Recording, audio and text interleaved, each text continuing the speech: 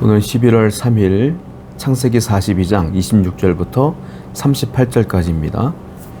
26절과 27절을 읽어보겠습니다. 그들이 곡식을 나귀에 싣고 그곳을 떠났더니 한 사람이 여호 안에서 나귀에게 먹이를 주려고 자루를 풀고 본즉 그 돈이 자루 아귀에 있는지라.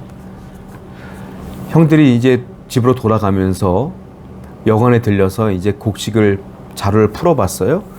그랬더니 곡식뿐만이 아니라 자기들이 돈을 가져갔던 그 돈도 그대로 들어있는 거예요. 너무너무 놀랍니다. 왜냐하면 이 돈은 분명히 애굽 총리에게 돈을 주고 곡식을 샀어야 되는 거거든요. 자기들은 돈을 줬다고 생각했는데 돈이 들어가 있는 거예요. 그래서 그들은 어떻게 생각하냐면 이 애굽의 총리가 즉 요셉이겠죠. 그들은 요셉을 모르니까요 아직. 애굽의 총리가 자기들을 죽이고자 지금까지 계속 스파이라고 막 얘기하고 옥에 가두고 시몬만 남겨놓고 지금 그랬으니까 우리를 이렇게 누명 씌워서 죽이려고 하는 거구나 라는 생각을 하는 거예요. 그러니까 얼마나 깜짝 놀랐겠습니까? 그 고난이 끊이지 않고 오는 거예요. 지금 이 형들에게는 고난이 계속 오는 거야. 아직까지도 끊기지 않고 계속 또 이것이 또 다른 고난이 되겠구나라는 생각하니까 막 가슴이 철렁 내려앉고 막 희망도 사라지고 지금 막 아무것도 할 수 없는 상황까지 이렇게 되는 거예요. 자, 무슨 말일까요? 그들이 지은 죄가 너무 커요. 20년 전에. 그렇지 않습니까? 동생 요셉을 죽이려고 했던 사람들 아닙니까? 그러다 보니까 그 고난이 계속되는 거야. 지금. 그래서 이 고난이 계속됨과 동시에 그들은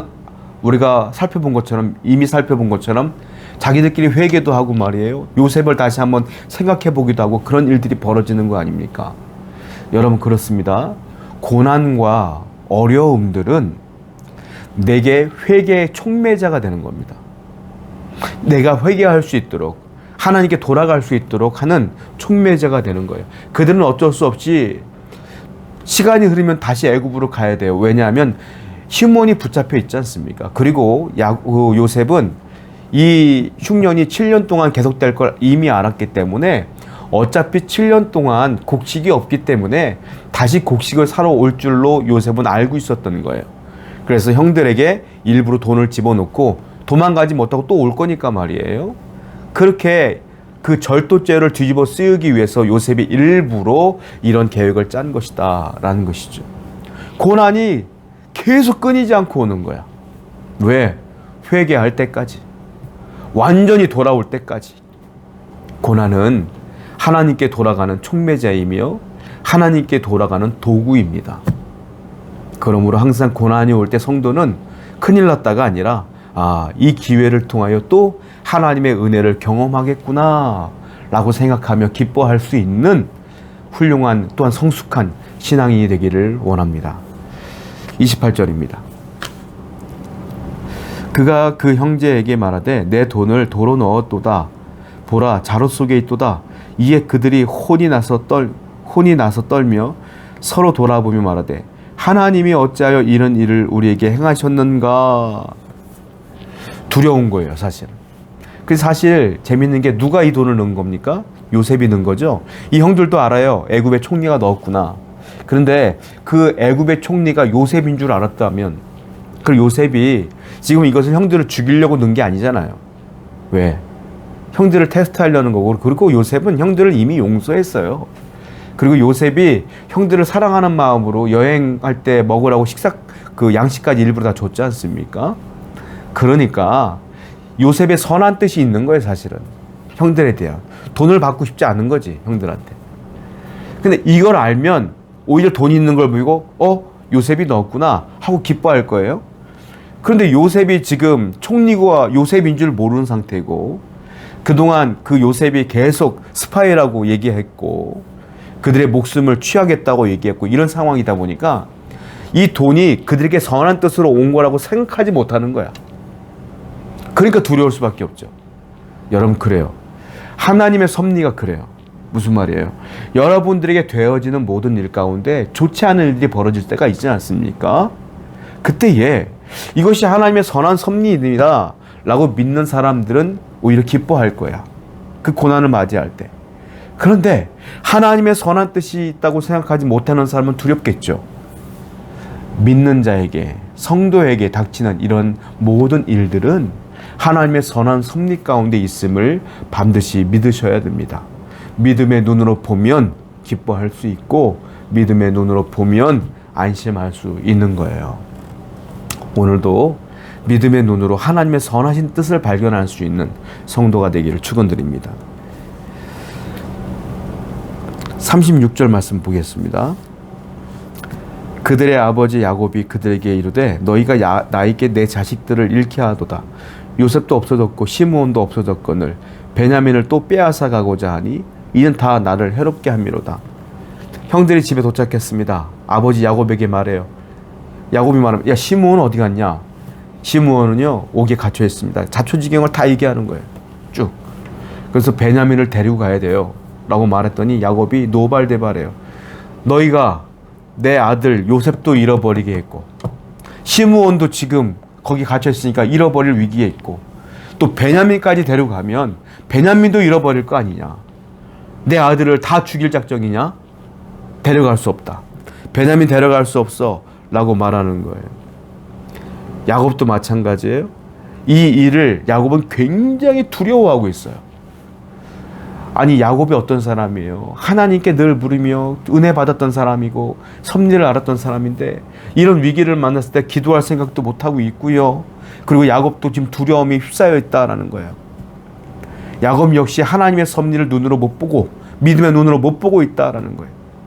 현실적인 두려움이 그를 엄습하니까 이걸 보면 또 성도들도 또 위로를 얻을 수 있어요. 야곱도 그러는구나. 야곱도 그 위기를 만났을 때에 하나님의 섭리를 발견하지 못하고 두려워하는구나. 나 역시 그런데 위로를 받을 수 있어요. 그러나 그것은 정답은 아니에요. 정답은 어떻게 해요? 그 위기를 만났을 때 그래도 믿음의 눈으로 하나님을 볼 줄 알아야 된다. 그러니까 하나님의 섭리를 모르니까 어떻게 해요? 두렵다. 어렵다 이거죠.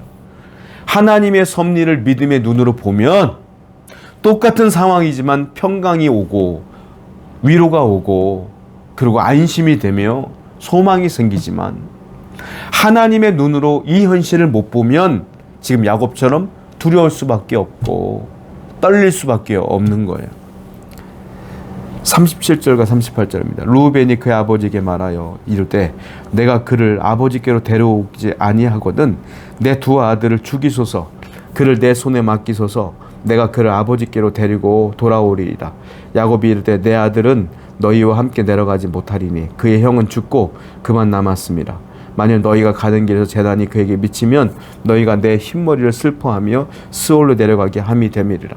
루벤이 설득이 안 되니까 아버지한테 이렇게 얘기해요. 아버지, 내가 아들 둘 있는 거 아시죠?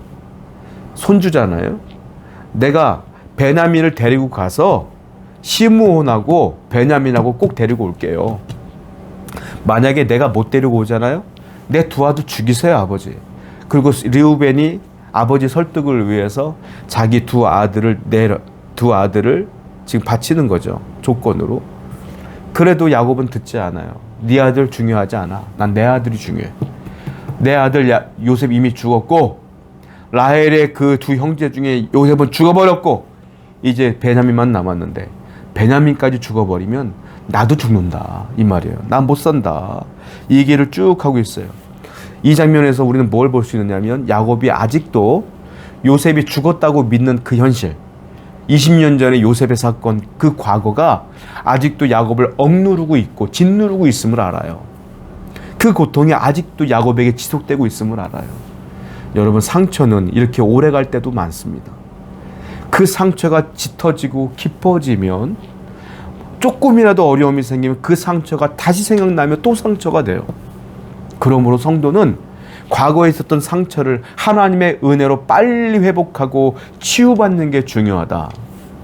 여러분들에게 있는 과거의 상처들을 하나님께 기도함으로 빨리 회복되어지고 빨리 치유되어지며 빨리 위로받아야 된다. 과거를 정리하지 못하면 그 어려웠던 과거가 나를 짓누를 때가 많다라는 거예요. 오늘도 하나님의 은혜 가운데 그 과거를 이겨버리시고 또한 이 현실의 어려움도 이겨버리셔서 늘 소망으로 살아가는 여러분 되기를 축원드립니다. 기도하겠습니다.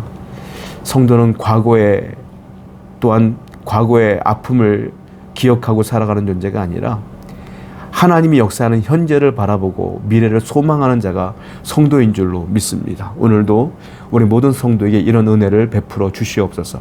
예수님의 이름으로 기도드렸습니다. 아멘.